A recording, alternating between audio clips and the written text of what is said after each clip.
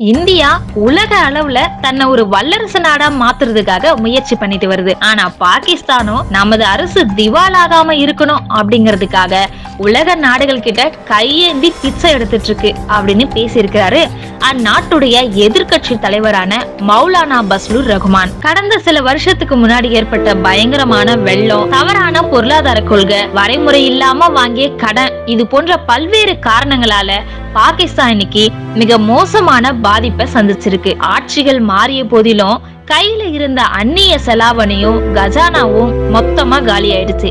இதனால சில தினங்களுக்கு முன்னாடி பாகிஸ்தான் திவால் ஆயிடுச்சு. இதையடுத்து உலக நாடுகளுடைய உதவியை எதிர்பார்த்து காத்துட்டு இருக்கு பாகிஸ்தான். நிதி பற்றாக்குறையினால வெளிநாடுகள்ல இருந்து உணவுப் பொருட்களை வாங்குறதுக்கு கூட பணம் இல்லாத நிலையில தான் இன்னைக்கு பாகிஸ்தான் இருக்கு.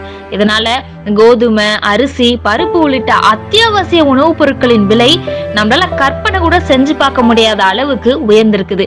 இப்ப இருக்கிற இந்த சூழல்ல பாகிஸ்தான்ல இருக்கிற ஒரு நடுத்தர குடும்பத்தால 2 வேளை உணவு சாப்பிடுறது அப்படிங்கறதே ரொம்ப கஷ்டமான நிலைமையில தான் இருக்கு. இந்த நிலையில தான் இந்தியா கூட பாகிஸ்தானை ஒப்பிட்டு பேசியிருக்கிறாரு அந்த நாட்டுடைய எதிர்கட்சி தலைவரான மௌலானா பஸ்லுர் ரஹ்மான். அந்த நாட்டோட பாராளுமன்றத்துல பேசின மௌலானா 1947ஆம் ஆண்டு ஒரே கட்டத்துல 2 நாள்ல இந்தியாவும் பாகிஸ்தானும் சுதந்திரம் பெற்றுச்சு. ஆனா இப்போ இந்தியா உலக அளவுல தன்னை ஒரு வல்லரசு நாடா மாற்றணும் அப்படின்னு முயற்சி பண்ணிட்டு வருது. ஆனா பாகிஸ்தான் நம்மளுடைய அரசு திவாலாகாம இருக்கணும் அப்படிங்கிறதுக்காக உலக நாடுகள் கிட்ட கையேந்தி பிச்சை எடுத்துட்டு இருக்கு. இந்தியாவோ உலக அரங்கத்திலேயே வலுவான பொருளாதார வளர்ச்சியை நோக்கி பயணம் பண்ணிட்டு இருக்கு. அந்த நாட்டுடைய பொருளாதார வளர்ச்சி வர நிதியாண்டுல 7% எட்டும் அப்படின்னு உலக நாடுகள் அடிச்சு சொல்றாங்க.